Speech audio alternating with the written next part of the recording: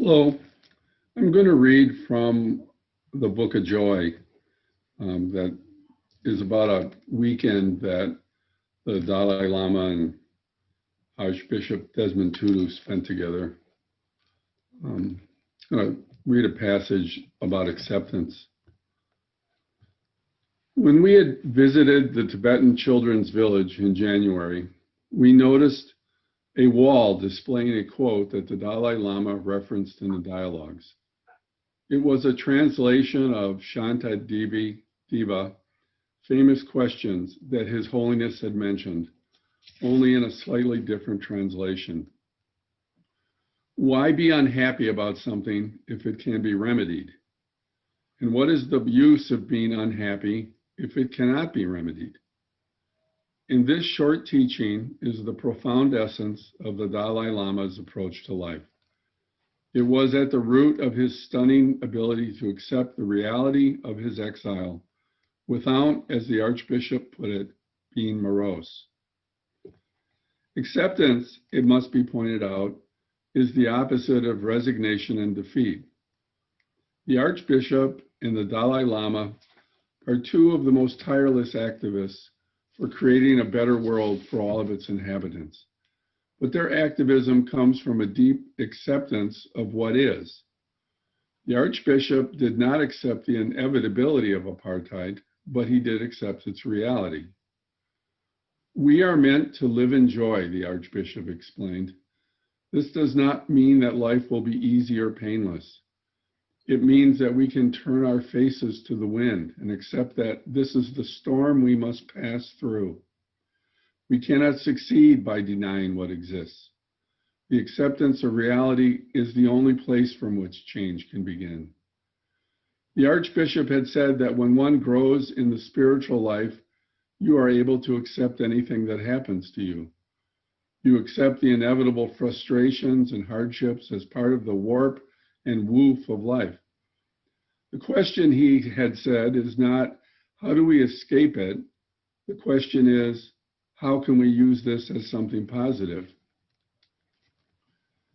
Acceptance, whether we believe in God or not, allows us to move into the fullness of joy.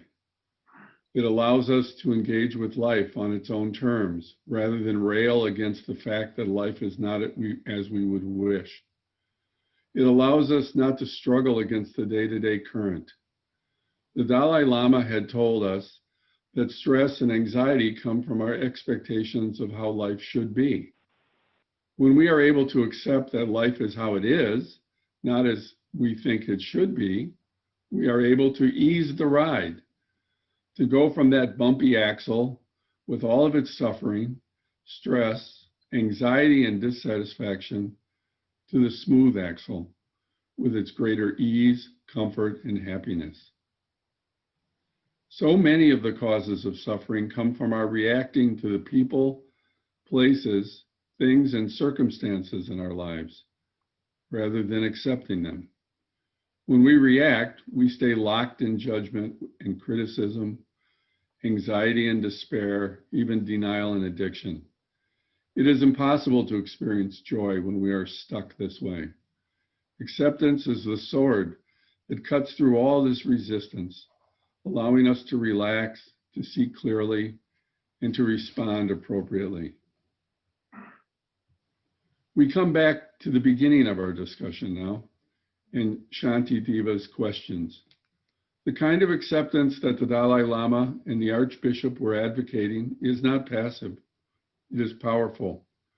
It does not deny the importance of taking life seriously and working hard to change what needs changing, to redeem what needs redemption. I thought of the Archbishop's comment that it takes time to build our spiritual capacity. It's like muscles that have to be exercised in order for them to be strengthened.